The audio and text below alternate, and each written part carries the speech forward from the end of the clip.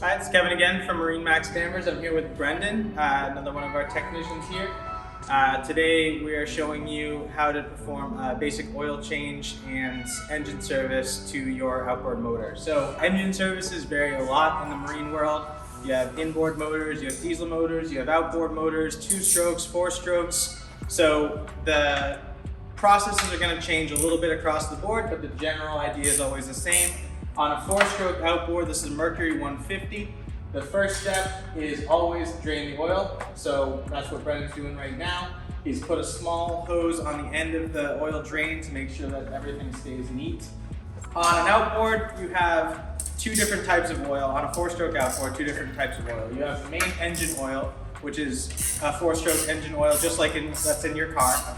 It doesn't get burned up, it doesn't get used, but it loses its capability to lubricate over time and over use. So that's why you're changing it. But you also have lower unit oil, which keeps your gear housing and everything lubricated. And the same thing, after a lot of use, it will deteriorate and it's time to change it. So they all have different areas that you drain them from. On this specific Mercury outboard, you have to drain it from behind the prop, which actually works out very well because one of the services that we do to it is to pull off your prop and re-lubricate the splines. It prevents the props from getting seized on over time, and it allows us to inspect the prop carrier bearing to make sure that no fishing line or anything has wound up in it, and make sure that no water has ended up in the gear oil at the same time.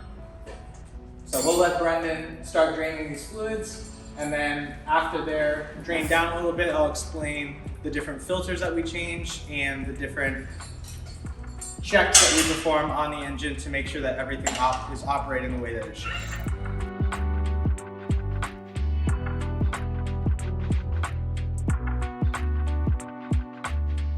So if you notice on the lower unit, he's just pulled the lower drain plug down here, as well as the upper vent.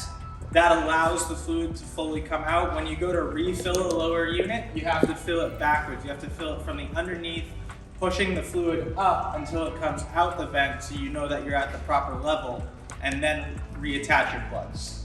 All right, so now what Brendan's working on is the filters. He's got a filter plier wrench right there. It's a spin-on oil filter, just like you see on your car, just a different size. But it spins onto the side of it. You want to change these every single time you change your oil to make sure that the filter is working the way that it should. They also have fuel filters that do the same thing, collect particulates, and some boats also have onboard water separators that will separate water out of the fuel too, to make sure that you're not burning any water through your spark plugs. The nice part about Mercury outboards is that everything that's serviceable on these is usually in a yellow color. So your yellow dipstick, you know, is oil. You know that's where you're going to be checking your oil level after you refill it. Your yellow fill on the front of the engine is where you put the oil, so you know that you're putting the fluids where they belong.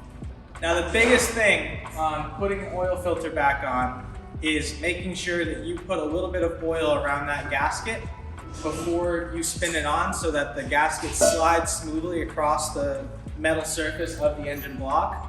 That will prevent it from getting bound up and prevent any leaks down the road. You also want to make sure that you're only putting those things on hand tight. A lot of people will tend to crank them down being afraid that they're going to leak, but those gaskets will swell over time, and when you go to change that next year, you're going to be cursing yourself for tightening it on so much. So just hand tight. They usually tell you when the gasket contacts plus about 3/4 of a turn after that is what you want to put the torque spec to. But after we perform the full service, we always run the engines to verify that there's no leaks anywhere in the system.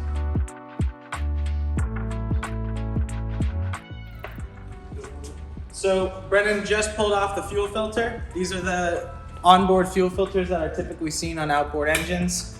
They only go one direction and they always have an arrow on it. So you want to make sure that the gas flow is going that direction. If you install it backwards, your engine will not run. So make sure that's oriented properly when you do these services, and make sure that these are changed. Otherwise, you're going to have an engine fuel problem, and it causes a lot of bogging and a lot of stalling problems that we see when customers call in. The other thing that you can always look for if you're not sure about what type of oil or what type of serviceable things to put onto your engine, most of them have information that's typed into the label that's right up top here.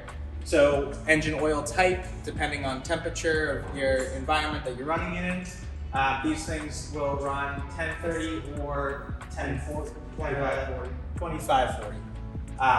Usually we run 1030 up here in New England. It just kind of encompasses the temperature ranges that we see up here a little bit better. The last step that Brendan's gonna do after he changes all the filters and after he waits for this to drain, he's gonna refill everything. Again, check for leaks, regrease this splines on this prop, torque that prop back to proper torque spec, and then he's gonna go through and all of your moving fittings on the outboard all need grease at a yearly period. This prevents the salt water from getting in there and from causing a lot of corrosion that when people say, hey, my steering's really tight, generally that's why there's a lack of grease that's been put into the swivel or the tilt. After that, we'll basically give it a run, make sure that the engine gets up to temperature, make sure that the engine oil level is good, there's no leaks, and that everything's lubricated properly, and you're good for another season.